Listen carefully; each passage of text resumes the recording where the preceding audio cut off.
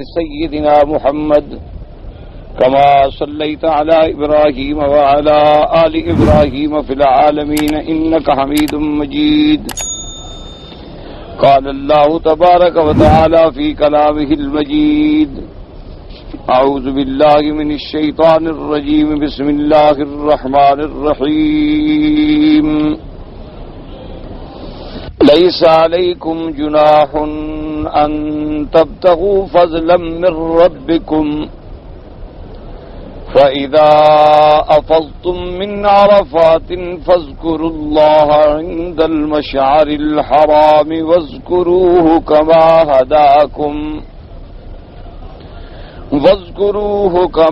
هداكم وإن كنتم من قبله لمن الضالين.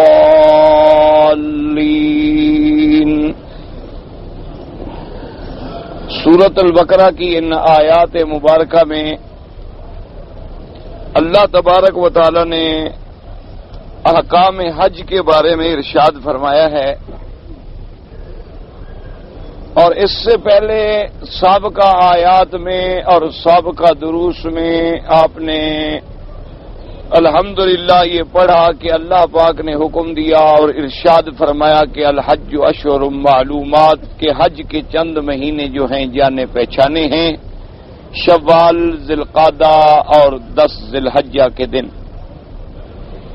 اور فمن فرض فیہن الحج، بس جس شخص پہ حج واجب ہو جائے اس کے لیے پھر اللہ پاک نے ہدایات جاری کی کہ وہ ان 3 چیزوں سے خصوصی طور پہ بچے، اور ان 3 چیزوں کا ایسا ذکر ہے کہ جس میں تمام چیزیں شامل ہو گئیں.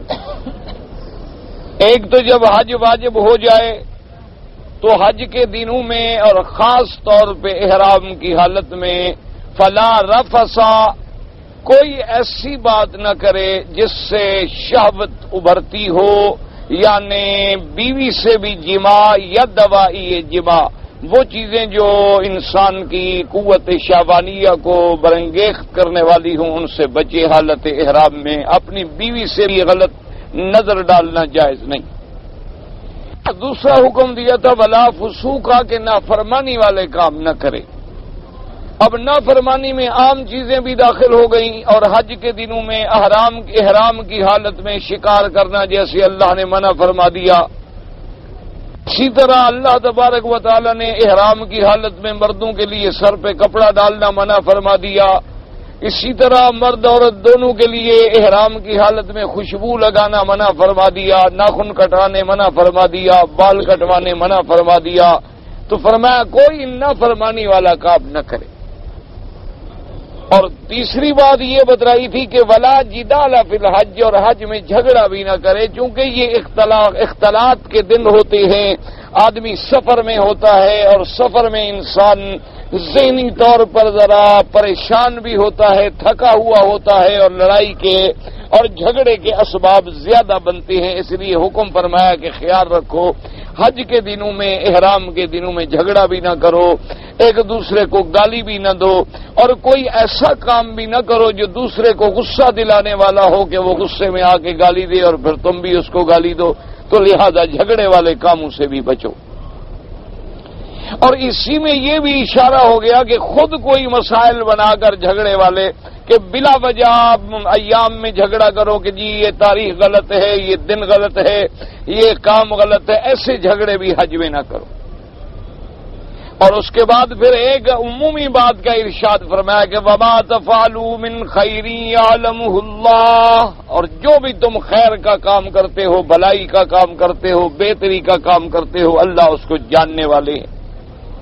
جاننے کا کیا معنی ہوا کہ جب اللہ جانتے ہیں تو باقاعدہ اس کا تمہیں بدلہ دیں گے، یعنی تمہارا ہر عمل اللہ کے علم میں ہے، تمہارا ہر کام اللہ کے علم میں ہے، اور اس پر وہ تمہیں بہتر سے بہتر بدلہ عطا فرمائیں گے کہ تم نے اپنا وطن چھوڑا، اپنا گھر چھوڑا، اپنا آرام چھوڑا، تم نے سفر اختیار کیا، پھر تم اپنی پوشاک، اپنا لباس راحت بدن راحت جسم سب کو چھوڑ کے احرام باندھ کے اور پھر جناب مختلف احوال میں سفر کیا، کبھی وطن سے ایئرپورٹ پہ آنے کے لیے، ایئرپورٹ سے پھر جدہ، جدہ سے مکہ، مکہ سے مینا، عرفات، مزدلفہ، تو یہ تمہاری ہر محنت جو ہے طواف صفا سب اللہ کے علم میں ہے۔ وما تفعلوا من خیر یعلمہ اللہ، اللہ جانتے ہیں اور اس کا تمہیں پورا پورا بدلہ دے گا۔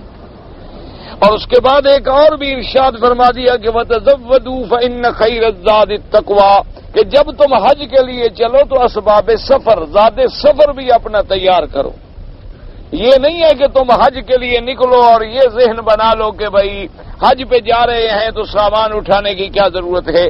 نہ، اللہ نے حکم دیا کہ حج کے لیے چلو تو اپنا سامان سفر، سامان خوراک، راستے کے اخراجات اور جو جو چیزیں انسان کو ضرورت آتی ہیں وہ سب اپنے ساتھ رکھو تاکہ کسی کے آگے ہاتھ نہ پھیلاؤ، کسی کے محتاج نہ بنو، بلکہ تم ایام حج میں اور سفر میں دینے والے بنو، لینے والے نہ بنو۔ اور اس کے ساتھ یہ مسئلہ بھی سمجھ آ گیا کہ زیادہ سفر کا اختیار کرنا جو ہے وہ توکل کے خلاف نہیں ہوتا، یعنی آدمی اسباب سفر بھی مہیا رکھے اور توکل جو ہے وہ اللہ کی ذات پہ کرے۔ اس لیے فرمایا وَتَزَوَّدُوا فَإِنَّ خَيْرَ الزَّادِ التَّقْوَىٰ، اور ساتھ یہ بھی فرما دیا کہ بھی اصل جو تمہارا زیادہ سفر ہے وہ تو تقویٰ ہے، وہ تو اللہ سے ڈرنا ہے، کیونکہ جب تیرے دل میں اللہ کا خوف آ جائے گا تو لازمی بات ہے کہ تو اللہ کے احکام کو پورا کرے گا، اللہ نے جن چیزوں سے روکا ہے تو رک جائے گا، اور کوئی غلط حرکت، غلط کام، غلط عمل، غلط بات نہیں کرے گا۔ تو اصل اسی لیے قرآن پاک کا اول سے لے کر اگر آپ آخر تک مطالعہ کریں تو انسان کے دلوں میں اللہ صرف اپنا ڈر پیدا کرتے ہیں، تقوی پیدا کرتے ہیں، خوف خدا بندی پیدا کرتے ہیں، خشیت پیدا کرتے ہیں، اور جب یہ پیدا ہو جائے تو پھر آدمی غلطی کرتا ہی نہیں، کیونکہ اصولی بات ہے کہ جب دل میں اللہ کا خوف ہو اور یہ پتہ ہو کہ میرے ہر عمل پہ مجھ سے سوال و جواب ہوگا، سزا جزا ہوگی، تو پھر کون غلطی کرتا ہے۔ اور اس کے بعد فرمایا واتقون یا اولی الالباب، اے عقل والو مجھ سے ڈرو، اللہ تبارک و تعالی سے ڈرو، اللہ تبارک و تعالی خوف جو ہے وہ اپنے دلوں میں جاگزین کر لو۔ اس کی وجہ یہ تھی، علماء نے فرمایا کہ یہ بھی اشارہ تھا کہ جب حج میں آپ آتے ہیں تو فطری طور پر اختلاط زیادہ ہوتا ہے، یعنی عورتیں ساتھ ہیں، غیر محرم ساتھ ہیں، اور پھر اللہ معاف کرے حالت احرام ہے، کسی کے چہرے پر نظر پڑنے کے زیادہ امکانات ہیں، پھر حاجی صاحبان کا مال مشترک ہے، خیموں میں پڑا ہوا ہے، کوئی تالا نہیں، کوئی دروازہ نہیں، کوئی ایسی چیز نہیں، تو چوری کا بھی زیادہ اندیشہ ہے، نقصان کا بھی زیادہ اندیشہ ہے۔ اس لیے اللہ نے ہمیں حکم دیا بار بار کہ اگر تم عقل والے ہو تو پھر اللہ سے ڈرو، اللہ تبارک و تعالیٰ کا دل میں خوف پیدا کرو۔ اگر دنیا کی نظر تمہیں نہ دیکھ رہی ہو لیکن اللہ تو جاننے والے ہیں کہ تم کیا کیا قدم اٹھا رہے ہو۔ ان تمام احکامات کے سمجھنے کے بعد اب آپ اس آیت پہ غور کریں جو آیت آج کی ہمارے سبق میں ہے اور آج کے ہمارے درس میں ہے۔ فرمایا لیس علیکم جناح ان تبتغوا فضلا من ربکم، کہ تم پہ کوئی گناہ نہیں، کوئی حرج نہیں، کوئی گناہ نہیں اگر تم اپنے رب کا فضل حاصل کرنا چاہو۔ کیا مانا؟ اس میں مسئلہ یہ تھا کہ اسلام سے قبل، زمانہ اسلام سے قبل اور بعثت حضور پاک صلی اللہ علیہ وسلم سے پہلے جاہلیت نے جہاں اور مختلف چیزوں کا ایجاد کیا تھا، ان کا ایک رواج یہ بھی تھا کہ انہوں نے حج کی عبادت جو ہے اس کو ایک قسم کا میلہ بنا لیا۔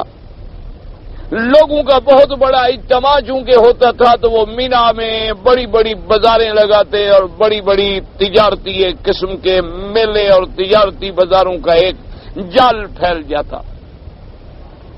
تو اب اسلام نے آ کر جہاں جاہلیت کے تمام آثار کو مٹا ڈالا، ان کے عقائد سے لے کر ان کے اعمال تک کو ختم کر ڈالا، اور صحابہ رضوان اللہ علیہم اجمعین کے دل میں یہ خیال آیا کہ بھائی یہ تجارت یا منڈی یا کاروبار یا دکانیں تو یہ تو جاہلیت کے اندر ہوتی تھیں، اب اسلام کے اندر کیا ہوگا؟ تو ان کے دلوں کے اندر یہ خیال پیدا ہوئے کہ کیا اب اگر ہم حج کے دنوں میں کوئی کاروبار کریں، کوئی تجارت کریں تو کیا وہ جائز ہوگی یا نہیں ہوگی؟ ایک سوال پیدا ہوا اور وہ فطری بات تھی کہ سوال پیدا ہونا چاہیے تھا۔ اسی طرح ایک روایت مبارک میں آتا ہے کہ حضرت عبداللہ ابن عمر رضی اللہ تعالی عنہما آپ کی خدمت میں ایک آدمی آیا، اس نے آ کے مسئلہ پوچھا تو صحابہ کتنی محتاط تھے رضوان اللہ علیہم اجمعین، تو حضرت عبداللہ ابن عمر رضی اللہ تعالی عنہما نے فرمایا کہ حضور کی خدمت میں ایک آدمی آیا، اس نے کہا حضور حج کے دنوں میں ہمارے پاس اونٹ ہیں اور ہم اونٹ جو ہے وہ کرائے پہ دیتے ہیں، کیونکہ حضور کے زمانے میں تو یہ سارا سفر جو ہے اونٹوں پہ ہوتا تھا، گھوڑوں پہ ہوتا تھا، گدھوں پہ ہوتا تھا، کوئی گاڑیاں، بسیں یا کاریں وغیرہ جو ہیں یہ تو اس زمانے میں ابھی پیدا بھی نہیں ہوئی تھی۔ تو انہوں نے کہا کہ حضور ہماری یہ عادت ہے اور ہمارا یہ کاروبار ہے کہ حج کے دنوں میں ہم جو ہے اونٹ لوگوں کو کرائے پہ دیتے ہیں، سواری کے لیے بھی، مال برداری کے لیے بھی۔ اب اسلام کے اندر کیا حکم ہے کہ اب بھی حج کے دنوں میں ہم یہ اپنے اونٹ جو ہیں کرائے کے لیے دے سکتے ہیں یا نہیں دے سکتے؟ تو حضرت عبداللہ ابن عمر رضی اللہ تعالی عنہما فرماتے ہیں کہ حضور خاموش رہے، اللہ نے قرآن میں یہ آیت نازل کی، حضور نے فرمایا کہ سائل کو بلاؤ، کہاں آپ نے فرمایا کہ تم دے سکتے ہو، اللہ نے اجازت دے دی ہے کہ کوئی گناہ نہیں، اگر حج کے دنوں میں تم روزی بھی کمانا چاہو تو کوئی منع نہیں۔ تو اس سے ایک مسئلہ نکلا قرآن مقدس کی آیت مبارک سے کہ اگر کوئی آدمی حج کے دنوں میں مثلا ملازم ہے، مزدور ہے، اور قدرتی بات یہ ہے کہ اس کی ڈیوٹی اور مزدوری بھی مینا میں ہے، تو کیا وہ حج کے دنوں میں مزدوری کر سکتا ہے؟ کر سکتا ہے، کوئی منع نہیں، اور اس کے حج کے اندر انشاءاللہ کوئی خلل نہیں آئے گا۔ اسی طرح اگر کوئی آدمی حج کے دنوں میں مثلا مکہ مکرمہ میں، مدینہ منورہ میں، مینا میں، عرفات میں، مزدلفہ میں کوئی چیز لے کے بیچ لیتا ہے کہ چلو بھائی میں حج بھی کر لوں اور کچھ رزق بھی کما لوں، تو وہ بھی شریعت کے اندر منع نہیں ہے۔ لیکن اس کا ایک مسئلہ سمجھ لیں، علماء نے اس کی کیفیات بیان کی ہیں۔ انہوں نے کہا کہ جب تم آ رہے ہو اپنے وطن سے تو سب سے پہلے تمہاری نیت کیا ہے؟ اگر تو تمہاری نیت ہے کاروبار اور تجارت اور دولت اور مزدوری، اور حج تم نے ضمناً کیا کہ آئے تو تھے پیسے کمانے کے لیے، حج کے دن آ گئے تو حج بھی کر لیا، تو یعنی مقصد تمہارا حج پہ آنا نہیں تھا۔ لیکن یہ مسئلہ سمجھ لیں، چونکہ یہاں بہت سارے ہمارے بھائی رہتے ہیں، ان کو پریشانی نہ ہو، جیسے بعض لوگ مثلا کنٹریکٹ پہ آتے ہیں ملازمت کے لیے، وہ کوئی بات نہیں، ٹھیک ہے، کوئی نوکری پہ آنا شریعت میں حرام نہیں، یہ علیحدہ مسئلہ ہے کہ آپ 2 سال کے لیے یا 4 سال کے لیے یہاں نوکری کرنے کے لیے آئے ہوئے ہیں، ملازم ہیں، ڈاکٹر ہیں، مزدور ہیں، محنت کش ہیں، کچھ ہیں، تو حج کے دنوں میں اللہ آپ کو حج نصیب کرتے ہیں، تو اب آپ حج کے لیے مکے سے روانہ ہوں گے یا جدہ سے روانہ ہوں گے یا طائف سے یا مدینہ منورہ سے روانہ ہوں گے، تو اب روانہ ہونے وقت جو ہے آپ کا اصل مقصد حج ہو، اب اصل مقصد جو ہے وہ کمائی نہ ہو۔ ایک صورت یہ ہے کہ ایک آدمی اپنے ملک سے حج کے دنوں میں آ رہا ہے، صرف حج کے دنوں میں یہاں اس کی کوئی نوکری، کوئی سروس، کوئی کنٹریکٹ نہیں ہے، فرق ہے اس میں۔ اب وہ آ رہا ہے اور اس کی نیت غالب یہ ہے کہ میں تجارت کروں گا اور کاروبار کروں گا، پیسے کماؤں گا اور حج بھی پڑھ لوں گا، تو علماء نے فرمایا حج تو ہو جائے گا لیکن وہ فضیلت، وہ ثواب جو ہے وہ مرتب نہیں ہوگا جو کہ ہونا چاہیے، کیونکہ اس کی نیت میں کمانا جو ہے وہ حج سے مقدم ہے اور حج مؤخر ہے۔ اچھا، ایک شکل یہ ہے کہ دونوں نیتیں برابر برابر ہیں کہ بھئی تجارت بھی کریں گے اور حج بھی کریں گے، تو اب بھی حج تو انشاءاللہ ہو جائے گا لیکن پھر بھی وہ فضیلت و ثواب مرتب نہیں ہوگا۔ اور ایک آدمی جو ہے وہ اپنے گھر سے خالص حج کے لیے چلا ہے، اس کی کوئی نیت نہیں تجارت کی، کوئی نیت نہیں ملازمت کی، کوئی نیت نہیں مزدوری کی، حج کے لیے آ رہا ہے، لیکن حج میں آنے کے بعد جب یہاں پہنچا تو ضرورت پڑ گئی، پیسہ گم ہو گیا، ضرورت آ گئی، اس نے کہا بھی بجائے سوال کرنے کے بہتر ہے کہ میں مزدوری کر لوں۔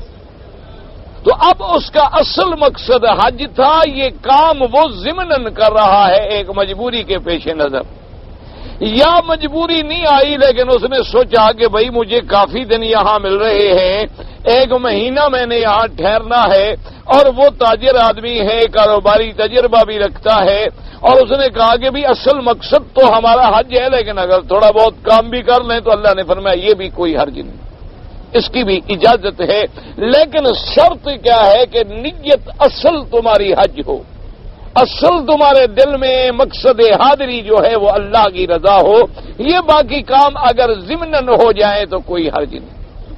لیکن ایک بات یاد رکھ لیں، علماء نے فرمایا کہ خداوند قدوس نے یہ حکم نہیں دیا کہ تم تجارت کرو، بلکہ فرمایا لا جناح علیکم ان تبتغوا فضلا من ربکم، یعنی قرآن کا انداز بیان دیکھیں، اسلوب بیان دیکھیں قرآن کا، قرآن یہ کہتے ہیں کہ تم پہ گناہ نہیں ہے اگر تم کوئی روزی کما لو، یعنی کوئی تم پہ حرج نہیں، افضل تو یہ ہے کہ یہ بھی نہ کرو، یعنی اگر کر لوگے تو گناہ نہیں ہوگا۔ ایک بات کو سمجھو، ایک تو حکم ہوتا ہے نا، اللہ فرماتے ہیں یہ کام کرو، یہ کام ضروری ہے، یہ کام واجب ہے، مستحب ہے اس کا کرنا، ایک یہ ہے کہ تم پہ حرج کوئی نہیں، گناہ کوئی نہیں، یعنی اگر تم نے کر لیا ہے تو لا جناح علیکم ان تبتغوا فضلا من ربکم، تم پہ حرج کوئی نہیں، تم پہ گناہ کوئی نہیں، لیکن بہتر تو یہ تھا کہ تم حج کو خالص حج کے لیے رکھتے، کسی اور نیت کے لیے نہ رکھتے۔ اور اسی لیے علماء نے ایک اور مسئلہ بھی نکالا ہے، انہوں نے کہا اگر تم زیادہ نہیں بچ سکتے ہو تو کم از کم وہ 5 دن جو ہیں، تم 8 کو جا رہے ہو، 12 کو یا 13 کو واپس آ رہے ہو، تو کم از کم وہ 5 دن جو ہیں اس میں تو کوئی کاروبار نہ کرو، وہ خالص اللہ کے حج کے لیے رکھ لو، کہ اس کے اندر جو ہے اور تمہارا کوئی مقصد نہ ہو، تاکہ تمہاری توجہ جو ہے وہ خالص عبادت کی طرف کو لگ سکے اور کوئی چیز نہ ہو۔ اور اسی میں خدا کی قدرت ہے کہ اللہ کی ایک حکمتیں تھیں، کیونکہ پہلے زمانے میں آپ اندازہ فرمائیں کہ اس جگہ پر حج کے سوا کوئی اجتماع بھی نہیں تھا، حج کے علاوہ کوئی اتنی بڑی آبادی بھی نہیں تھی، مکہ اور مدینہ منورہ کی بڑی محدود سی آبادی تھی، لیکن حج کے دنوں میں ساری کائنات سے بندے کھچ کھچ کے چلے آتے تھے، ساری دنیا سے لوگ آ کے چلے آتے تھے، حاضر ہو جاتے تھے، تو اللہ نے اس میں اپنے بندوں کو اجازت دے دی کہ تم عبادت بھی کرو اور تم حج بھی کرو، اور ساتھ اگر کچھ رزق حاصل کرنا چاہتے ہو تو کوئی منع نہیں ہے، تم وہ بھی حاصل کر سکتے ہو۔ تو یہ اللہ تبارک و تعالی نے اپنے بندوں پر بہت بڑی عنایت فرما دی ہے، لیکن بہرحال جو خالص حج کا قصد لے کے آتے ہیں اور وہ اور کسی کام کو دخل نہیں دیتے، ان کے مرتبے کا کیا کہنا، یہ تو پھر اپنے اپنے مزاج کی اور اپنے اپنے ذوق کی اور اپنے اپنے لطف کی بات ہے، کہ جیسے لکھا ہے کہ حضرت مولانا روم صاحب رحمت اللہ علیہ جب حج پہ تشریف لے آئے، حج کر کے مدینہ منورہ نہ گئے، واپس وطن چلے گئے، تو بعض لوگوں نے کہا کہ بھئی عجیب آدمی ہیں، یہ تو بڑے عاشق رسول ہیں صلی اللہ علیہ وسلم، اور ان کو تو حضور صلی اللہ علیہ وسلم سے بہت بڑا عشق ہے، بڑی محبت ہے، اور کمال کی بات ہے یہ شخص مدینہ منورہ نہیں گئے۔ تو ان کو جب بعض شاگردوں نے کہا کہ جی آپ نے تو مسجد نبوی میں حاضری نہیں دی ہے، آپ مدینہ منورہ بھی نہیں گئے اور حج کر کے آ گئے، فرمایا کہ بھائی ہاں میں نہیں چاہتا تھا کہ حج کے ضمن میں، کیونکہ اصل میری نیت تو حج تھی، تو میں نے کہا یعنی آؤں تو حج کے لیے اور پھر مسجد نبوی کو بھی دیکھ لوں، میں نے کہا نہیں یہ بات نہیں، پھر گھر سے صرف مسجد نبوی کے لیے روانہ ہوں گا تاکہ میرے اس معاملے میں پھر خلل نہ آئے۔ یہ پھر بات ہوتی ہے بڑے بڑے ان لوگوں کی جن کو اللہ تبارک و تعالی نے یہ ذوق دیا ہوتا ہے اور یہ فہم دی ہوتی ہے اور یہ سمجھ جو ہے دی ہوتی ہے، کیونکہ یہ مقام ہے، محبت ہے جن کو اللہ پاک سمجھ عطا فرما دے۔ جیسے کہ ایک دفعہ عجیب اتفاق ہوا کہ میرے آقا خاتم الانبیاء حبیب کبریا صلی اللہ علیہ وسلم کی مجلس میں جو لوگ بیٹھے تھے تو آپ کے داہنے ہاتھ میں ایک نوجوان بچہ بیٹھا تھا، اور خدا کی قدرت ہے کہ بڑے بڑے صحابہ جو تھے، بزرگ صحابہ شان والے، وہ بائیں طرف آگے بیٹھ گئے۔ اور یہ عادت ہے میرے مدنی پاک کی اور سنت بھی ہے کہ اگر آپ کوئی چیز تقسیم کرنا چاہتے ہیں، یعنی پانی پلانا چاہتے ہیں یا اور کوئی چیز دینا چاہتے ہیں، تو سنت طریقہ یہ ہے کہ آپ دائیں سے شروع کریں، آپ دانے ہاتھ سے شروع کریں اور یوں دیتے ہیں۔ اور اب مسئلہ یہ پیدا ہو جاتا ہے کہ بھی اتفاق اگر ایسا ہو جائے کہ داہنے ہاتھ پہ مثلاً ایک شاگرد بیٹھا ہے اور بائیں ہاتھ پہ ایک عالم بیٹھا ہے، تو اب کیا کیا جائے؟ تو وہاں شریعت یہ کہتی ہے کہ اس سے اجازت لے لو کہ بھائی میں نے پہلے تمہیں دینا تھا، تمہارا حق ہے، لیکن اس طرف ایک عالم ہے، بزرگ ہیں، تو اگر تم اجازت دے دو تو میں ان کو دے دوں پانی۔ تو پھر اگر وہ اجازت دے دے تو دے سکتے ہو۔ تو حضور صلی اللہ علیہ وسلم کی خدمت میں اتفاق سے کوئی چیز آ گئی، کوئی دودھ آیا آپ کی خدمت میں ہدیہ کے طور پہ، تو اب حضور نے نظر ڈالی تو ادھر چھوٹا سا بچہ ایک بیٹھا ہوا ہے نوجوان، اور سارے بزرگ صحابہ جو ہیں وہ بائیں طرف بیٹھے ہوئے ہیں۔ تو حضور پاک نے اپنے ہاتھ میں سے لیا اور آپ نے فرمایا کہ دیکھو برخوردار، تم نوجوان ہو، بچے ہو، اور بزرگ سارے اس طرف بیٹھے ہیں، اگر تم ان کو اجازت دے دو تو پہلے میں ان کو دے۔ اس نے کہا حضور میں اجازت نہیں دیتا۔ آپ نے فرمایا لے لو۔ اس نے کہا ٹھیک ہے۔ تو بعد میں صحابہ نے کہا کہ اللہ کے بندے تم نے بڑی عجیب بات کی، حضور پاک نے جب اجازت مانگی تھی تو اللہ کے نبی نے کہا پھر حضور کے ہاتھ سے مجھے نہ ملتا، ادھر ختم ہو جاتا، میں محروم ہو جاتا حضور کے ہاتھ کی حدیث سے، میں اپنا حصہ کیوں چھوڑ دوں محمد مدنی کے ہاتھ سے؟ ٹھیک ہے وہ بڑے ہیں تو ان کو اللہ اور سبب دے دے گا اور کوئی موقع دے دے گا، حضور کے ہاتھ سے کسی نعمت کا ملنا کو معمولی سی بات تھی کہ میں دوسروں کے لیے چھوڑ دیتا، پھر پتہ نہیں مجھے ملتی یا نہ ملتی، میں کیوں چھوڑتا؟ تو اس لیے میں نے تو اس کے رسول میں وہ چیز جو ہے وہاں نہیں جانے دی، ورنہ نعوذ باللہ میں سوچ سکتا ہوں کہ حضور مجھے حکم دیں اور میں تعمیل نہ کروں، لیکن حضور پاک صلی اللہ علیہ وسلم نے چونکہ مجھے اشارہ کیا تھا کہ بھئی اجازت دیتے ہو، اب یہ اختیار ہے، یہاں نافرمانی کا سوال پیدا نہیں ہوتا۔ جیسے کہ بی بی بریرہ کے مسئلے میں پیش آیا کہ ان کا خامند کے ساتھ جو تھا اختلاف تھا، خامند کے ساتھ بی بی کی محبت نہ بن سکی، خامند کو بڑی محبت تھی لیکن بیوی کو نہیں تھی، تو بی بی نے مطالبہ کیا کہ میں خلو کرتی ہوں، میرا گزارا نہیں ہو سکتا، میں اس خامند کے ساتھ نہیں رہ سکتی، اور شریعت نے عورت کو یہ اجازت دی ہے کہ اگر نفرت اس مقام پہ پہنچ جائے کہ کوئی بیوی اپنے خامند کے حقوق ادا کرنے کے قابل نہ رہے، کیونکہ نفرت اور محبت اللہ کی طرف سے ہوتی ہے، دلوں میں نفرت آ گئی، آپ لاکھ تقریریں کریں اس کا کوئی حل نہیں ہوتا ہے، تو اس کے لیے شریعت نے عورت کو بھی یہ حق دیا ہے کہ وہ جا کے قاضی کو خلو کی درخواست دے سکتی ہے کہ جی میرا اس خامند کے ساتھ گزارا نہیں ہو سکتا، اور جو خامند نے دیا ہے حق المہر اور ساری چیزیں جو ہیں میں واپس کرنے کے لیے تیار ہوں، تو اگر خامند مجھے چھوڑ دے قاضی بلائے گا، سلو کی کوشش کرے گا، بہرحال اگر نہیں ہوگی تو خلو کر دے گا اور خامند سے پھر کہے گا کہ طلاق بھی دے دو۔ اب جو ہے تو اب جناب حضور نے بی بی کو بلایا، آپ نے فرمایا کہ دیکھو تمہارا خاوند جو ہے وہ بیچارہ بڑا پریشان ہے اور تمہارے ساتھ اس کی بڑی محبت ہے اور وہ رو رہا ہے، تو بہتر ہے کہ تم اس سے علیحدگی اختیار نہ کرو۔ دیکھیں جی اب عورت تھی لیکن کتنی بڑی سمجھدار تھی، اس نے کہا حضور صلی اللہ علیہ وسلم سے کہ آقا یہ ارشاد فرمائیں آپ مجھے حکم دے رہے ہیں کہ میں خاوند کے پاس رہوں یا مشورہ دے رہے ہیں؟ اگر آپ کا حکم ہے تو یہ تو معمولی بات ہے، میں تو اس سے بھی بڑی سے بڑی قربانی دینے کے لیے حاضر ہوں، اور اگر آپ کا مشورہ ہے تو پھر یہ وضاحت فرما دیں۔ حضور نے فرمایا میرا حکم نہیں ہے، آپ نے فرمایا یہ میرا حکم نہیں ہے، میرا مشورہ ہے کہ بہتر ہے کہ تم خاوند کے ساتھ سلو کرو۔ حضور اگر مشورہ ہے تو میں سلو نہیں کرتا۔ تو اس لیے یہ باتیں جو ہیں باریکیاں یہ علم والوں کی ہوتی ہیں اور علم والے سمجھتے ہیں. اسی لیے بڑی حضرت مولانا روم رحمت اللہ علیہ نے بڑی عظیم مثال دی ہے. انہوں نے ایک مثال دی ہے، اگر اس کو سامنے رکھیں تو سارا مسئلہ جو ہے وہ سمجھ آ سکتا ہے. انہوں نے کہا کہ یوں سمجھ لو کہ دنیا کی مثال ایسے ہے جیسے کشتی کے لیے پانی ہوتا ہے. دنیا جو ہے اس کی مثال ایسے ہے جیسے کشتی کے لیے پانی. کیا مانا؟ اگر پانی نہ ہو تو کشتی تو تیر بھی نہیں سکتی. تو اگر دنیا نہ ہو پھر بھی تو کام نہیں ہو سکتے. نہ حج ہوگا، نہ زکوٰۃ ہوگی، نہ صدقات ہوں گے، نہ خیرات ہوگی، نہ معاونت ہوگی، نہ ادارے مدارس مساجد، یہ سارے اللہ کی رحمت سے دنیا سے چل رہے ہیں.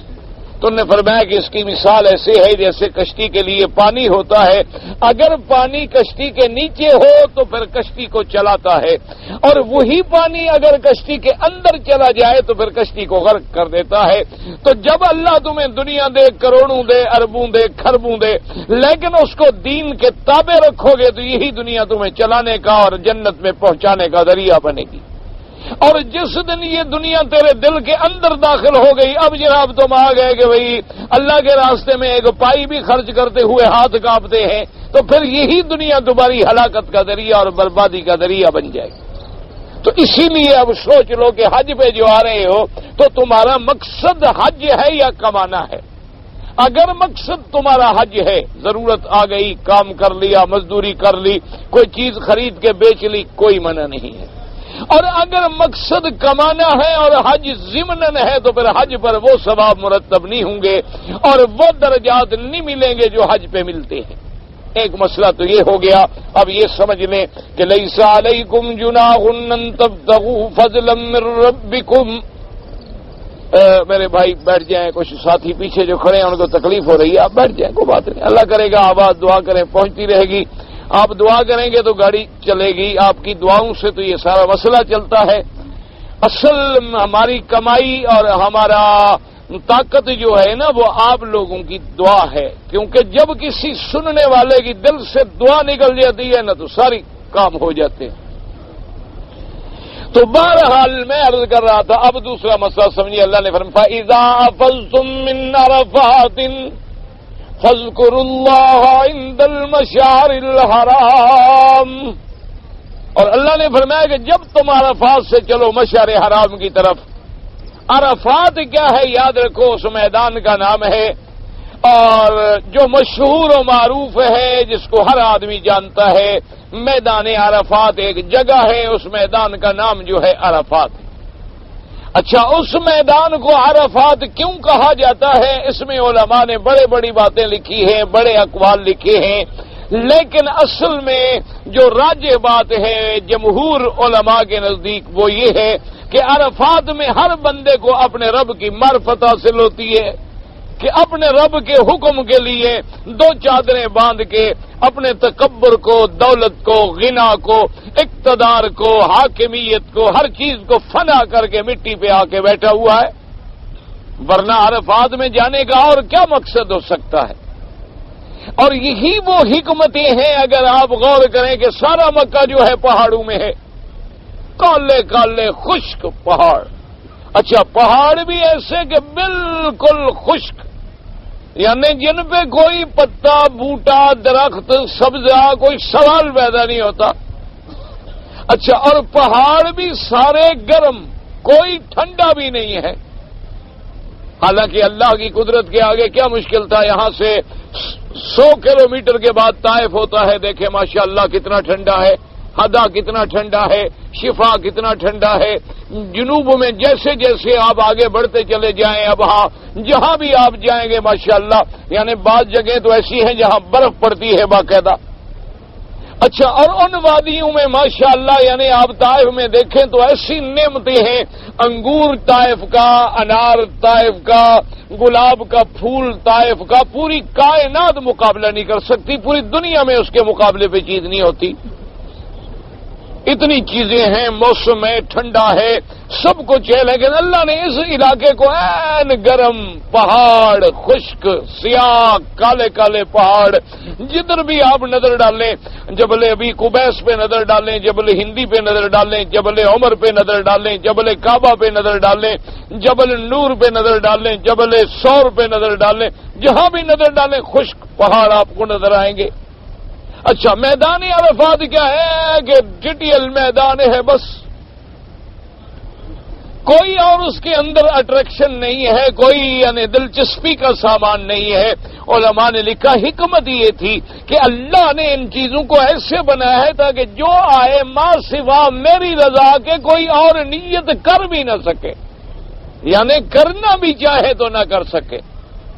بھئی اب آپ میدان عرفات میں جو جا رہے ہیں اب کیا کہیں گے وہاں گٹھنڈک ہے اس لیے جا رہا ہوں، میدان عرفات میں جا رہے ہیں اس لیے کہ وہاں جناب باغ ہوں گے اور پھول لہلہاتے ہوں گے اور جناب کلیاں چٹکتی ہوں گی اور وہاں بلبلیں چہکتی ہوں، کچھ بھی نہیں، ایک چٹیل سا میدان ہے، چاروں طرف پہاڑیں، درمیان میں ایک میدان ہے۔ تو آپ جب وہاں جائیں گے تو خالص اللہ کے لیے جائیں گے، اس لیے علماء نے فرمایا کہ وہاں ہر آدمی کو معرفت رب حاصل ہوتی ہے کہ اے رب کریم واقعی تیری شان ہے کہ تو نے اس بے آب و گیا میدان میں اپنی ساری مخلوق کو 20 لاکھ کے مجمع کو جمع کر دیا ہے کہ بادشاہ ہیں، گدا ہیں، وزیر ہیں، امیر ہیں، غریب ہیں، گورے ہیں، کالے ہیں، عرب ہیں، عجم ہیں، ایک ہی لباس ہے، ایک ہی ترانہ ہے، ایک ہی مقصد ہے اور سب مٹی پہ بیٹھے ہوئے۔ اس لیے انہوں نے کہا کہ عرفات کو معرفت کا چونکہ مقام ہے، معرفت کی جگہ ہے، اس لیے اس کو کہا جاتا ہے عرفات۔ اور بعض علماء نے یہ وجہ بھی لکھی ہے کہ جب اللہ نے آدم علیہ السلام کو حج نصیب فرمایا اور آدم علیہ السلام کو تعلیمات دی گئی حج کی، ان کو یہ سارے مقام سمجھائے گئے تو آخر میں کہا گیا کہ تم نے جان لیا؟ انہوں نے کہا جی اب میں نے جان لیا، میں نے سمجھ لیا، مجھے پتہ چل گیا کہ مکہ یہ ہے، کعبہ یہ ہے، مینا یہ ہے، عرفات یہ ہے، مزدلفہ یہ ہے، اس لیے بھی اس کو عرفات کہا جاتا ہے۔ اور بعض علماء نے یہ بھی لکھا ہے کہ حضرت آدم علیہ السلام کو جب اللہ نے جنت سے اتارا تھا تو بی بی حوا کو علیحدہ اتارا گیا اور آدم علیہ السلام کو علیحدہ اتارا گیا، اور پھر ان کا اللہ نے جو لقاء ہے وہ اسی میدان عرفات میں ہوا تھا۔ لیکن یہ بات یاد رکھیں، یہ ساری باتیں جو ہیں ایسی کتب متقدمہ سے ہیں جن کی تصدیق نہیں کی جا سکتی۔ آدمی یہ نہیں کہہ سکتا کہ یہ سچی بات ہے، پکی بات ہے، اس لیے کہ نہ قرآن میں ہے اور نہ ہمارے آقا حضور پاک نے فرمائی ہے۔ کعب ابن احبار نے، وہب ابن منبہ نے، انہوں نے اسرائیلی روایات سے اور سابقہ کتابوں سے جو ہے واقعات لکھے ہیں۔ یہی وہ وجہ ہوتی ہے کہ ہماری کتابوں میں ایسی غلط باتیں بھی بھری ہوئی ہوتی ہیں، وہ سب اسرائیلی روایات ہوتی ہیں، وہ علماء نقل اس لیے کر دیتے ہیں تاکہ پڑھنے والے کو پتہ لگ جائے کہ یہ قول یہ قول یہ قول، اور آخر میں جا کے ہوتا ہے کہ یہ قول صحیح نہیں ہے۔ اور جو لوگ بیچارے ان باتوں کو نہیں سمجھتے وہ کہیں گے جناب کتاب میں لکھا ہوا ہے، فلاں کتاب میں لکھا ہوا ہے اور فلاں جناب کتاب کے اندر یہ حوالہ موجود ہے، تو یہ نہیں دیکھیں گے بھئی ایک حوالے کا واقعے کا نقل کرنا ہے اور ایک آخر میں جا کے جمہور کا فیصلہ اور فتویٰ نقل کرنا ہے، اور پھر ان میں بھی بڑا فرق ہوتا ہے کہ کیا وہ فیصلہ بربنائے اجتہاد ہے، کیا وہ فیصلہ صحابہ کا اجماع ہے، کیا وہ فیصلہ سنت رسول پاک سے ثابت ہے، کیا وہ فیصلہ اللہ کے قرآن سے ثابت ہے یا نہیں ہے۔ اس لیے ہر چیز کو دیکھا جاتا ہے۔ بہرحال یہ سارے اقوال ہیں، اصل بات یہ ہے کہ اللہ نے اس میدان کو عرفات فرما دیا۔ عرفات کیوں ہے اس کا ذکر قرآن نے نہیں کیا، بس اتنا فرما دیا کہ فَإِذَا أَفَضْتُم مِّنْ عَرَفَاتٍ فَاذْكُرُوا اللَّهَ عِندَ الْمَشْعَرِ الْحَرَامِ۔ اور یہ بھی یاد رکھ لیں کہ عرفات جو ہے یہ ایک ایسا حج کا عظیم رکن ہے کہ جس کے بغیر حج ہو سکتا نہیں۔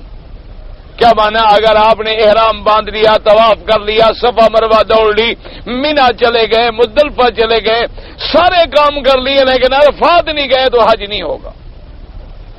اسی لیے کہ حدیث مبارک میں بھی آ گیا کہ میرے آقا سے سرکار مدینہ صلی اللہ علیہ وسلم سے پوچھا گیا مل حج یا رسول اللہ صلی اللہ علیہ وسلم کہ حج کس چیز کا نام ہے؟ آپ نے فرمایا الحج عرفہ، حج جو ہے وہ عرفات میں حاضری کا نام ہے۔ اور حج میں عرفات میں حاضری کب ہوگی؟ 9 تاریخ کو۔ وقت کب شروع ہوگا؟ زوال سے لے کر دوسری پوری رات صبح صادق تک۔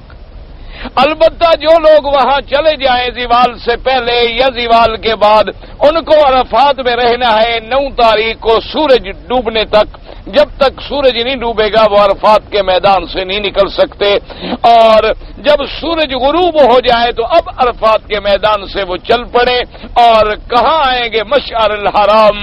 مشعر جو ہے، مشعر شعار معنی علامت کا ہے، اور حرام کا معنی کیا ہے؟ حرمت کا، کہ یہ پہاڑ جو ہے بڑی حرمت والا، یہ بھی ایک علامات حج میں سے علامت ہے۔ اور مشعر حرام کیا ہے؟ یعنی مزدلفہ، جو جسے آج آپ مزدلفہ کہتے ہیں۔ اور یہ مشعر الحرام وہ جگہ ہے اصل میں کہ جہاں مسجد بنی ہوئی ہے مزدلفہ کی، آپ نے دیکھی ہوگی الحمدللہ۔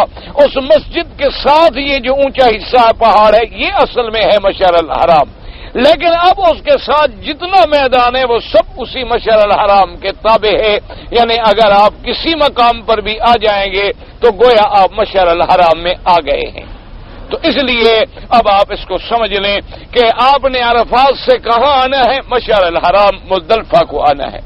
اور اس کے بعد اللہ نے فرمایا وَاذْكُرُوهُ كَمَا هَدَاكُمْ۔ اللہ تبارک و تعالی نے فرمایا کہ ایک بات یہ بھی یاد رکھو کہ تم میرا ذکر کرو، لیکن اس طرح جس طرح تم کو بتلایا گیا، ہدایت کی گئی، سمجھایا گیا۔ کیا مانا؟ کہ اللہ نے حکم دیا ہے۔ اب اس میں یہ مسئلہ نکلا کہ چاہے کوئی عبادت ہو، چاہے کوئی ذکر ہو، چاہے کوئی کام بڑا اچھا ہو، لیکن وہ آپ اس طرح نہیں انجام دے رہے جس طرح اللہ نے ہدایت کی ہے، تو وہ اللہ قبول نہیں فرمائیں گے۔ کیونکہ قرآن نے فیصلہ کر دیا کہ وَاذْكُرُوهُ كَمَا هَدَاكُمْ، تم اللہ کو یاد کرو لیکن اس طرح جس طرح اللہ نے تم کو ہدایت کی ہے۔ کیا مانا؟ اللہ نے حکم دیا کہ اب مغرب اور عشاء دونوں نمازیں جو ہے مزدلفہ میں ادا کرو، دونوں نمازیں مغرب بھی اور عشاء بھی آپ نے مزدلفہ میں پڑھنی ہے۔ حالانکہ حکم کا تقاضا اور ظاہری تقاضا یہ تھا کہ ہم مغرب کی نماز مغرب کے وقت میں پڑھتے اور عرفات میں پڑھتے، کیونکہ وقت ہمارا عرفات میں ہو گیا، سورج غروب ہو گیا، اور عشاء کی نماز جو تھی وہ ہم عشاء کے وقت میں پڑھتے۔ لیکن اللہ نے فرمایا اگر تم اب اپنے عقل سے فیصلہ کرو گے تو میں عبادت قبول نہیں کروں گا، حالانکہ نماز میری ہے۔ تم پڑھ مغرب کے وقت میں رہو، لیکن میرا حکم جو ہے مزدلفہ میں پڑھو، اگر راستے میں بھی پڑھو گے بغیر عذر کے تو میں قبول نہیں کروں گا۔ اب آپ نے دونوں نمازیں جو ہے کہاں آگے پڑھنی ہیں؟ مزدلفہ کے اندر۔ اسی بات کو اگر سمجھ لینا تو یہ جتنے آج کل ہمارے مولویوں میں جھگڑے ہیں اور اختلافات ہیں وہ سب کے سب ختم ہو سکتے ہیں۔ یہ جتنے مثلا میلاد کا مسئلہ ہے، اذان سے پہلے صلاۃ و سلام کا مسئلہ ہے، انگوٹھے چومنے کا مسئلہ ہے، عرس شریف کا مسئلہ ہے، اسی طرح 11ویں شریف کا مسئلہ ہے، تو ان سب مسائل میں کوئی جھگڑے کی بات نہیں، کوئی خیرات سے منع نہیں کرتا، کوئی حضور کی محبت یا ادب سے منع نہیں کرتا، لیکن بات یہ ہے کما ہداکم، جس طرح تمہیں اللہ نے ہدایت دی۔ اگر اللہ کی ہدایت سے تم خود تجاوز کرو گے تو وہ عبادت قبول نہیں ہوگی۔ اور اللہ کی ہدایت کے بارے میں ہمیں کون سمجھائیں گے؟ حضرت محمد الرسول اللہ صلی اللہ علیہ وعلا آلہ وصحابہ وسلم تسلیما کثیرا کثیرا۔ تو اس لیے کوئی جھگڑے والی بات نہیں ہوتی کہ بھئی مثلا اذان سے پہلے، ورنہ کون درود شریف کا منکر ہو سکتا ہے؟ اللہ پاک معاف فرمائے، درود کا منکر تو مسلمان بھی نہیں ہو سکتا، چہ جائے کہ وہ دعویٰ کرے کہ میں اہل سنت والجماعت بھی ہوں، کیونکہ درود پڑھنے کا حکم تو اللہ نے ہمیں قرآن میں دیا ہے۔ لیکن صرف فرق اتنی ہے کہ بھئی کیا حضور کے زمانے میں اذانیں ہوتی تھیں یا نہیں ہوتی تھیں؟ حضور کے زمانے میں نماز پڑھی جاتی تھی یا نہیں پڑھی جاتی تھی؟ حضور کے مؤذن حضرت بلال، عبداللہ ابن ام مکتوم، یہ تمام صحابی محظورہ جو ہیں یہ مؤذن ہیں. پھر سیدنا صدیق، سیدنا عمر، سیدنا عثمان، سیدنا علی رضوان اللہ علیہم اجمعین کے دور میں بھی اذانیں ہوئیں.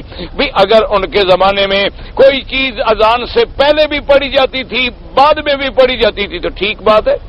اگر نہیں ہے تو پھر یہ کما ہداکم میں شامل نہیں ہے، اس لیے منع کیا جاتا ہے. اسی لیے اب خیرات کرنا کوئی منع نہیں، لیکن تیسرے دن ضرور کروں گا. یہ اپنی طرف سے جو اضافہ ہے یہ کما ہداکم کے خلاف ہے. اسی طرح خیرات سارا مہینہ کرو، لیکن 40ویں کے دن کروں گا، 41ویں دن نہیں کروں گا. نہ میں 38ویں دن کروں گا کہ جی ابھی 40واں نہیں آیا، 40 دن پورے ہوں گے تب خیرات کروں گا. یہ اپنی طرف سے جو اضافہ ہے تعیین دن کا، یہ شریعت کے خلاف ہے. خیرات کرنا تو شریعت کے خلاف نہیں. خیرات تو آپ سارا مہینہ کریں، سارا سال کریں. اللہ تبارک و تعالیٰ آپ کو توفیق دے، اللہ ہمیں بھی توفیق دے. اس لیے فرمایا وَاذْكُرُوهُ كَمَا هَدَاكُمْ، میرا ذکر بھی وہی قبول ہوگا جو میرے حکم کے مطابق ہو. اگر میرا ذکر میرے حکم کے مطابق نہ ہو میں وہ قبول نہیں کروں گا. وَإِن كُنتُم مِّن قَبْلِهِ لَمِنَ الضَّالِّينَ، اور فرمایا جب تک کہ میں نے تم کو ہدایت نہیں دی، اسلام نہیں آیا، قرآن نہیں آیا، تو تم تو گم کردہ رہے تھے، بھٹکے ہوئے تھے. میں نے ہی تو تمہیں ہدایت دی ہے. تو جب میں نے ہدایت دی، تمہیں ظلمات کفر و شرک سے نکالا، نور اسلام تمہیں نصیب کر دیا، تو اب اسلام میں آنے کے بعد تم اپنی طرف سے کوئی اضافے نہ کرو، اپنی طرف سے کوئی توڑ موڑ نہ کرو، بلکہ اسی حکم کے مطابق چلو جو حکم اللہ نے دیا ہے اور میرے آقا نے سرکار مدینہ صلی اللہ علیہ وسلم نے کر کے دکھایا ہے. اللہ آپ کو بھی مجھے بھی اسی کے مطابق عمل کرنے کی توفیق دے.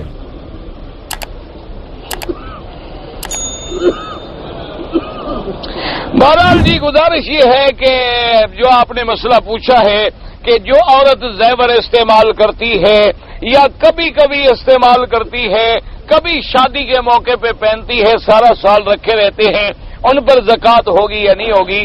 تو مسئلہ یہ سمجھ لیں کہ امام احمد ابن حنبل رحمت اللہ علیہ کے نزدیک جو ہے وہ تو عورت جو زیور پہنے یا اس نے پہننے کے لیے رکھا ہوا ہے، یہ مطلب نہیں ہوتا کہ 24 گھنٹے پہنتی رہے.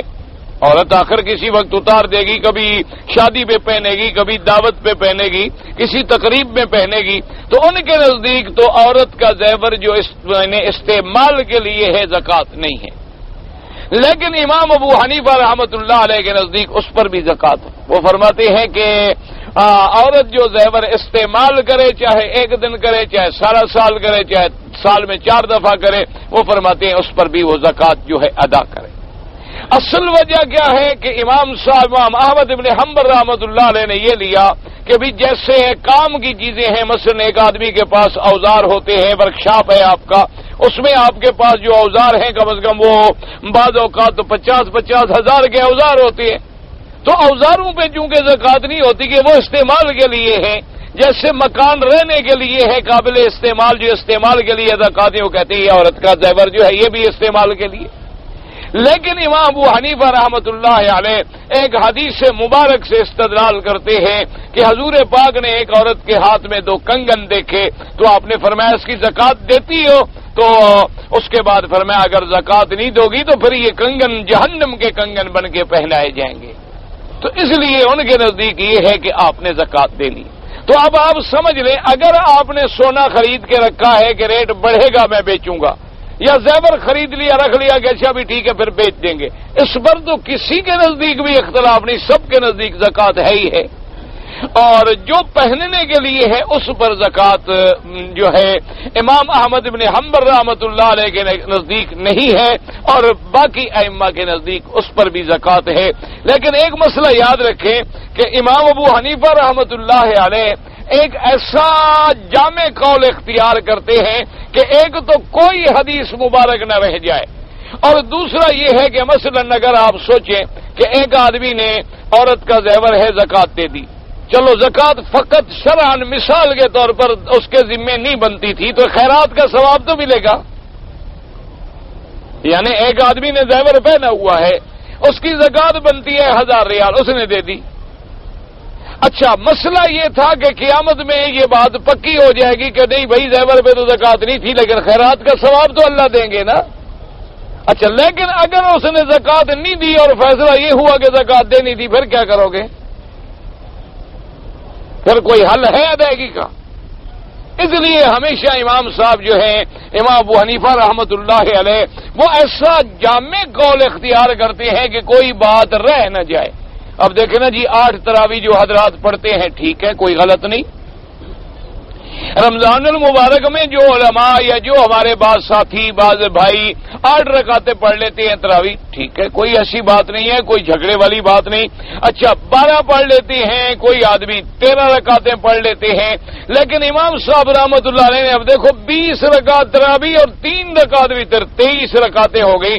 اب آپ ساری حدیثیں کھول لیں ترمذی شریف کی نسائی شریف کی ابو داؤد شریف کی اور موطا امام محمد موطا امام مالک اور اجماع صحابہ تو جب آپ 20 اور 23 پہ عمل کریں گے تو کوئی ایک حدیث بھی نہیں چھوٹے گی کسی ایک صحابی کا قول بھی نہیں رہ جائے گا سب پہ گویا عمل ہو گیا ایک جامع بات آ گئی. اچھا اب قیامت میں مثلا فیصلہ ہو گیا کہ بھائی نہیں آپ نے 8 پڑھنی تھی تو چلو باقی کا ہمیں نفل کا ثواب مل گیا. اگر فیصلہ ہو گیا کہ 20 پڑھنی تھی تو پھر 8 کے جو رہ گئی ہیں اس کا کوئی حل ہوگا اس وقت. اس لیے ہمیشہ وہ ایک جامع قول لیتے ہیں تاکہ اللہ تبارک. اچھا باقی رہ گیا پتھر جو ہے مثلا ڈائمنڈ ہے یہ آپ کا ہیرا ہے یاقوت ہے پتھروں پہ زکات نہیں ہوتی پتھر جو ہے اس کی زکات نہیں ہوتی ہے. تو اس لیے بہرحال اگر آپ زیور کی قیمت لگائیں گے تو پتھر کی قیمت اس میں شامل نہیں ہوگی.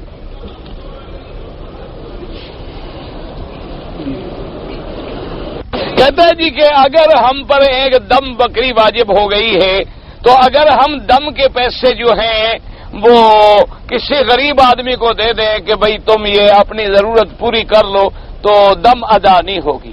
ایک اصولی سی بات ہے کیونکہ دم کا معنی ہی یہ ہوتا ہے کہ ایک بکری لے کے ذبح کر کے فقراء حرم کو دی جائے کہ وہ استعمال کریں اور کھائیں. پیسوں کا حکم نہیں ہے. جہاں اللہ نے حکم دیا وہاں وضاحت کر دی ہے. مثلا ایک جگہ فرما دیا تھا نا کہ من صیام او صدقۃ او نسک کہ اگر یہ غلطی ہو جائے تم سے تو تمہاری مرضی روزے رکھ لو تمہاری مرضی تم جو ہے خیرات کر کے 6 مسکینوں کو کھانا کھلا دو اور تمہاری مرضی کے دم دے دو. وہاں اختیار دیا ہے. لیکن جہاں دم ہے یا جیسے قربانی کی بکری ہے اب اگر کوئی چاہے کہ جی بلا وجہ ہم لاکھوں قربانیاں کر دیتے ہیں اس کے پیسے اکٹھے کر کے غریبوں کو دے دیں تو یہ غلط بات ہے کیونکہ پیسہ پیسے کو صاف کرتا ہے. بعض چیزیں ہماری بدن کے طہارت کے لیے ہیں اور بعض چیزیں ہماری روح کی طہارت کے لیے ہیں. جیسے ہمارا بدن ہے اسی طرح ہمارے اندر اللہ نے ایک روح بھی رکھی ہے. تو جب ہم کوئی جانور ذبح کرتے ہیں تو گویا روح والی چیز ذبح کر کے ہم نے اپنے اس روح کے لیے بھی صدقہ دیا ہے. اس وجہ سے جو قربانی ہے وہ قربانی رہے گی اور جو دم ہے وہ دم رہے گی. اللہ کے احکام میں خود ہم اپنے عقل سے تبدیلی نہیں کر سکتے. کہتے ہیں جی کم از کم ایک خاوند جو ہے اپنی بیوی سے کتنی مدت تک علیحدہ رہ سکتا ہے یہ ان کے آپس میں سمجھوتے پر ہے. اور ویسے حضرت عمر فرماتے تھے کہ 6 مہینے سے زیادہ علیحدہ نہ رہیں. انہوں نے فوج کو حکم دیا تھا کہ 6 مہینے میں آ جائیں. اور اسی طرح ایک قول یہ بھی ہے کہ اگر عورت کا خامد مر جائے تو اسلام نے حکم دیا ہے کہ 4 مہینے اور 10 دن جو ہے عورت عدت گزارے. تو بعض علماء نے اس کو سامنے رکھا ہے کہ 4 مہینے 10 دن کے بعد اب اس کو حکم ہے کہ شادی کر لے تو لہذا 4 مہینے 10 دن سے زیادہ علیحدہ نہ رہے. لیکن فقہا نے یہ لکھا ہے کہ مثلا اگر تم ملازمت پہ آئے نوکری پہ آئے میاں بیوی نے مصالحت کے ساتھ رضا کے ساتھ کہ بھی میں غریب ہوں باہر مجھے موقع مل رہا ہے 2 سال کے لیے مزدوری کرنے کا اس نے اجازت دی ہے اور پھر بیوی کی عزت بھی خطرے میں پڑنے کا اندیشہ نہیں ہے تو پھر آپ آ سکتے ہیں. لیکن کوشش یہ کریں کہ زیادہ سے زیادہ دور نہ رہیں کیونکہ جیسے شادی کے بعد بھی شیطان تمہیں ورغلاتا ہے اسی طرح عورت کو بھی گمراہ کر سکتا ہے. جیسے مرد کا دل نہیں بھرتا ہے تو عورت بھی تو انسان ہے. ہو سکتا ہے کہ اللہ معاف کرے وہ کسی فتنے میں مبتلا ہو جائے.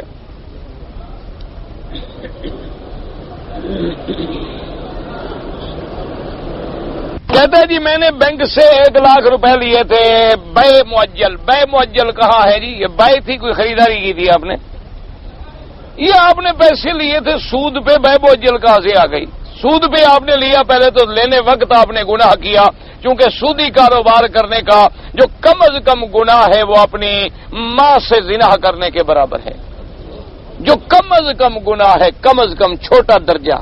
بڑا تو بڑا ہو گیا. بڑا تو یہ ہے کہ فَأَذَنُوا بِحَرْبٍ مِّنَ اللَّهِ، اللہ نے فرمایا میرے ساتھ جنگ کے لیے تیار ہو جاؤ.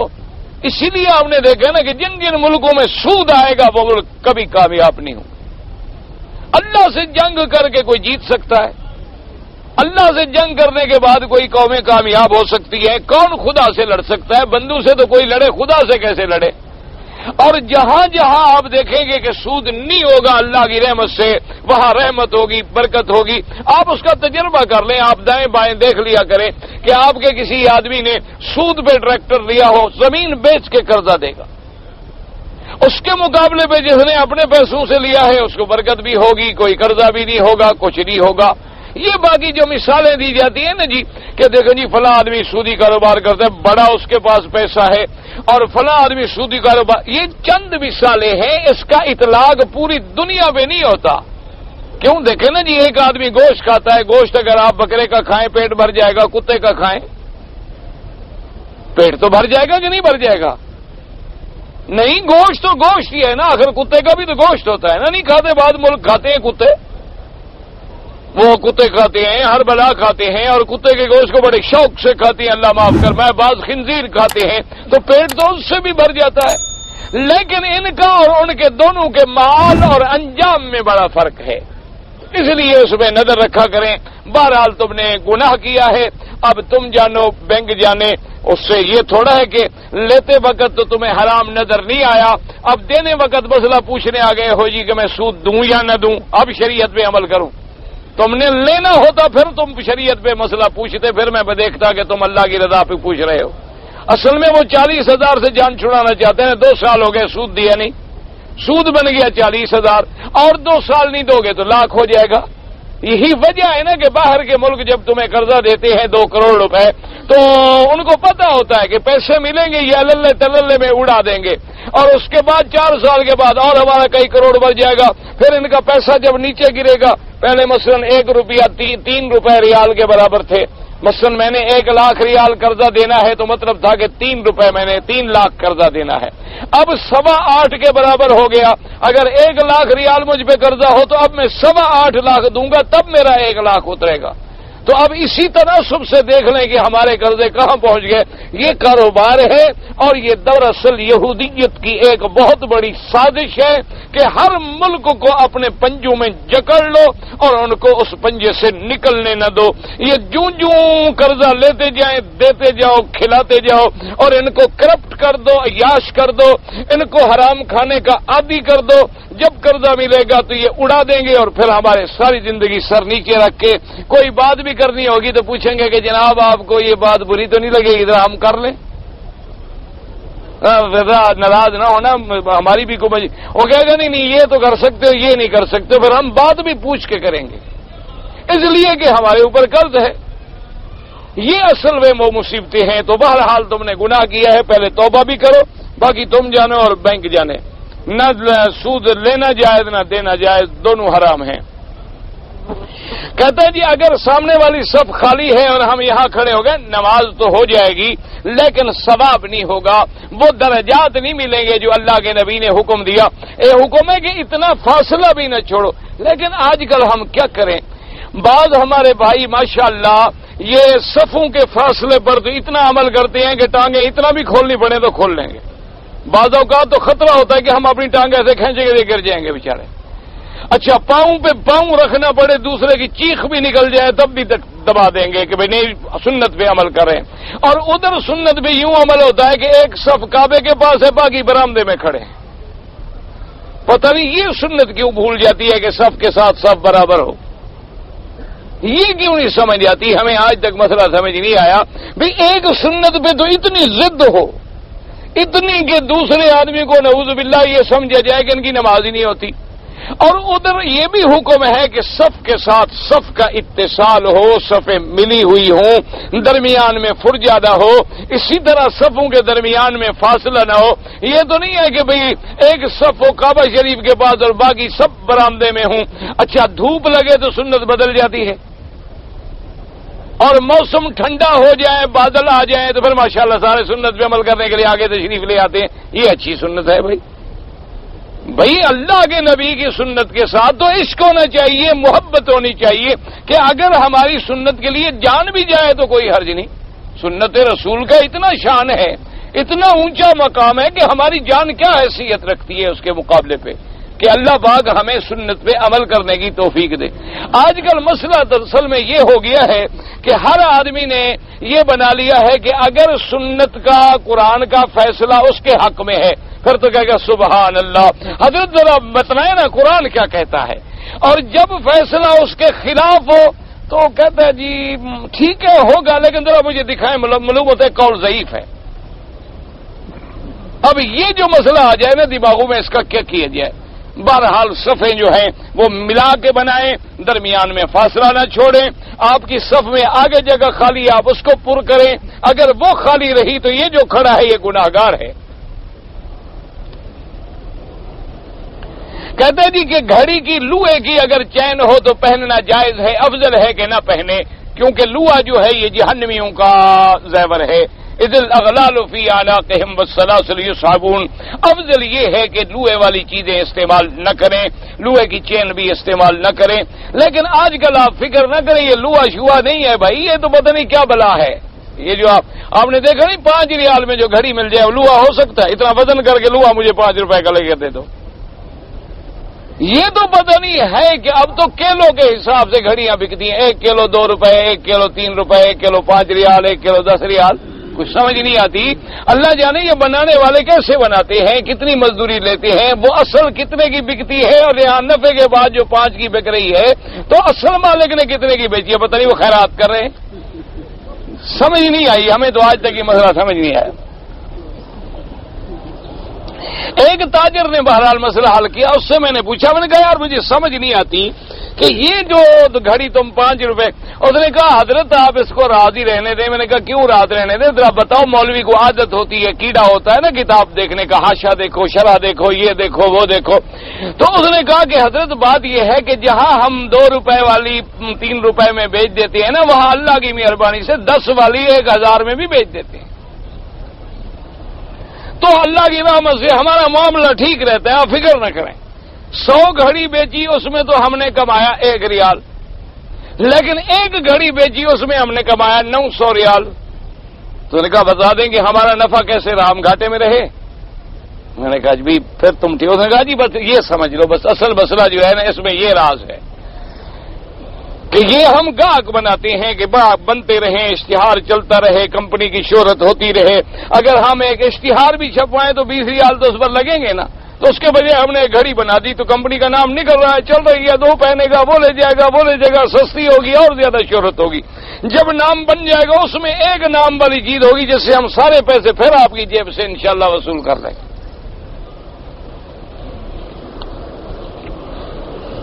قرآن مجید پڑھنے کا ثواب زیادہ ہے یا طواف کا؟ مکے میں افضل عبادت طواف ہے، کیونکہ قرآن آپ ہر جگہ پڑھ سکتے ہیں لیکن طواف کسی دوسری جگہ آپ نہیں کر سکتے نفلی عبادت میں۔ جس طرح حنفی حضرات وطر پڑھتے ہیں بالکل وہ بھی حدیث کے مطابق ہے، اور جس طرح یہ پڑھتے ہیں یہ بھی حدیث کے مطابق ہے۔ اور سجدہ صاحب کے بارے میں دونوں حدیثیں، سلام سے پہلے بھی ہے، سلام سے بعد میں بھی ہے، اس میں کوئی جھگڑے کی بات نہیں، یہ علمی مسئلے ہیں، آپ علماء پر رہنے دیں۔ وضو کے بغیر اگر قرآن پڑھے، یاد پڑھے تو ٹھیک ہے، ہاتھ نہ لگائے۔ کراچی کے حالات بہت خراب ہیں، اللہ پاک رحم فرمائے۔ ہم تو بھائی رات دن دعا مانگتے ہیں، خدا جانتا ہے، اللہ پاک کے سامنے ہے کہ ہم تو رات دن دعا مانگتے ہیں کہ اللہ کراچی کی حفاظت فرمائے، اللہ پاکستان کی، بنگلہ دیش کی، جہاں جہاں بھی مسلمان ہے، اللہ ان کی جان مال آبرو عزت کی حفاظت فرمائے، کیونکہ اللہ تبارک و تعالی رحمت کرے۔ اور دشمن کی سازش اتنی خطرناک ہے، اور ہم سب اس مقام پہ کھڑے ہیں وَكُنْتُمْ عَلَى شَفَا حُفْرَةٍ مِّنَ النَّارِ، جہنم کے گڑھے پہ ہم پہنچے ہوئے ہیں، پتہ نہیں کل کیا ہوتا ہے۔ اللہ پاک رحمت کرے۔ بہرحال خدا کی نافرمانیوں کا یہ پھل ہے۔ علاج یاد رکھو، علاج یہ نہیں ہے کہ تم سلو کرا دو گے یا فلاں سلو، علاج یہ ہے کہ اللہ کے دروازے پہ گر جاؤ۔ سب مہاجر بھی بھائی ہیں، سندھی بھی بھائی ہیں۔ مہاجر کون ہے؟ جنہوں نے اپنے گھر بیچے، اپنے بچے مروائے، اور اسی ملک بنانے کے لیے۔ آج وہ نعوذ باللہ کوئی دشمن تو نہیں ہے۔ وہ سندھی جنہوں نے آنکھیں بچھا کے سب کو اپنے سینے سے لگا لیا، آج وہ دشمن تو نہیں ہے۔ یہ تو دشمن ہے، دونوں کو لڑا رہا ہے۔ میں تو کبھی نہیں مان سکتا کہ ایک آدمی کلمہ بھی پڑھتا ہو اور مسجد میں گولی چلا دے۔ میں تو بالکل نہیں مان سکتا کہ بھی مسلمان کلمہ پڑھنے والا ممبر رسول پہ آدمی قرآن پڑھ رہا۔ ہمارے ساتھی ہیں قاری سعید الرحمان سپاہ صاحبہ کہ قرآن کا درس دے کے نکلے اور مسجد کے اندر شہید کیا گیا۔ انا للہ و انا الیہ۔ اچھا، جو بیچارے نمازی بھاگے ان کو ڈھونڈ کے پوری مسجد خون سے بھری، یہ مسلمان کر سکتا ہے؟ اصل کیا ہے کہ دشمن ہمیں لڑا رہا ہے اور ہم لڑ رہے ہیں اور اپنی بے وقوفی میں آگے بڑھتے جا رہے ہیں۔ ہم سوچ نہیں رہے کہ وہ کون ہے۔ اگر دونوں بھائی 2 منٹ کے لیے ٹھنڈے ہو کے سوچ لیں اور اصل کو پکڑ لیں تو کل سارے مسئلے حل ہو جائیں۔ اور بات صرف اتنی ہے کہ بس آپ خط لکھیں، فون کریں کہ بھائی اللہ کے دروازے پہ گر جاؤ، توبہ کرو، استغفار کرو، اللہ راضی ہوگا، سب جھگڑے مٹ جائیں۔ ایک آدمی نے حالت احرام میں دوسرے آدمی کو مارا، توبہ کرے، بہت بڑا گناہ ہے۔ مارنا تو ویسے بھی ناجائز ہے، چہ جائے کہ احرام میں مارے۔